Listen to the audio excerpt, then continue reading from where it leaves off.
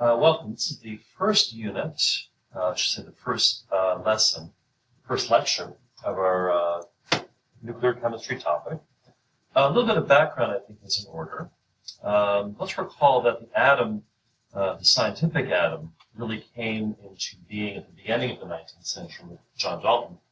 And up until the later part of the 19th century, it was imagined by those, most of whom people had accepted the reality of the atom.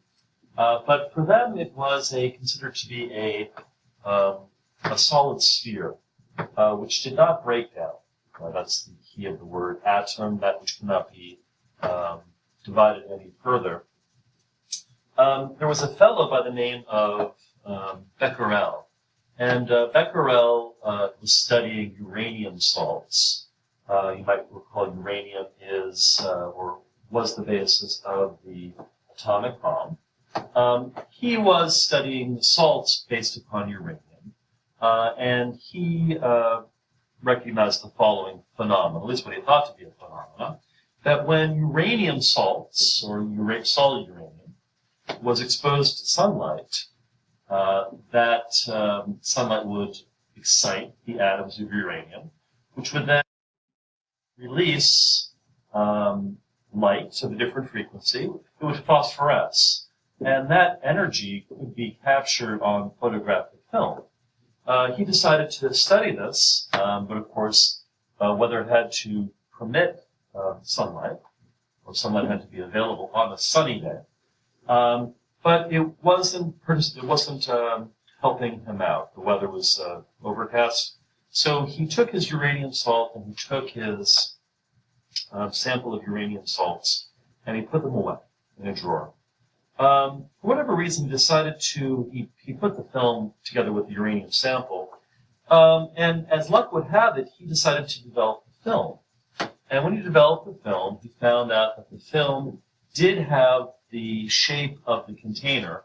Let's say that it was a test tube of uranium salts present.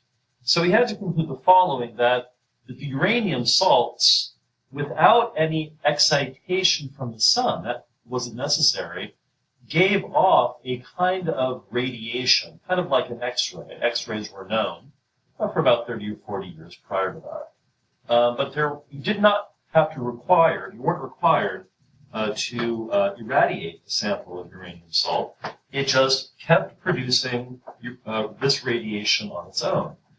These were called Becquerel rays, and it's provoked other researchers like the Curies also in France at the time, to investigate the Becquerel rays, and they realized that not only radiation was produced, but these atoms, which were considered to be permanent, deathless, were turning into atoms of other substances. This was quite unsettling to them because they then were to wonder what was it in the atom that allowed atoms to no longer be as solid, as permanent, as eternal as once believed. Well, that's really what I want to start with. What is it that makes atoms stable? I've given a list of 4 isotopes. These are all stable, meaning they're not going to break down ever, as far as we know, by known nuclear mechanisms. And what I want to do first is I want to give account of neutrons and protons in the nucleus using the mass number and the atomic number. Well, I come up with the following. To make the ratio clear, I'm going to divide both of the numbers by the lower of the two and create a neutron to proton ratio in which the relative number of protons is always 1. So what do I get when I divide the number of neutrons by the number of protons? Well, notice in the first case, it's a 1-to-1 ratio. And as the atomic number increases, in other words, as the number of protons increase, the number of neutrons on average increase by slightly more than 1, meaning stability begins at parity, a 1-to-1 ratio, but then it's going to be a number slightly greater than 1 neutron for every proton. Now, if we graph that, we look below. These values have already been graphed on a table. Let's look at the graph. The x-axis is the number of protons from 0 up until 84. Why 84? Well, we'll get to that in a moment. And the number of neutrons going to a number from 1 up to past 100. The 4 samples, the 4 isotopes have been graphed, 1, 2, 3, and 4. If you notice, they're enclosed by 2 lines.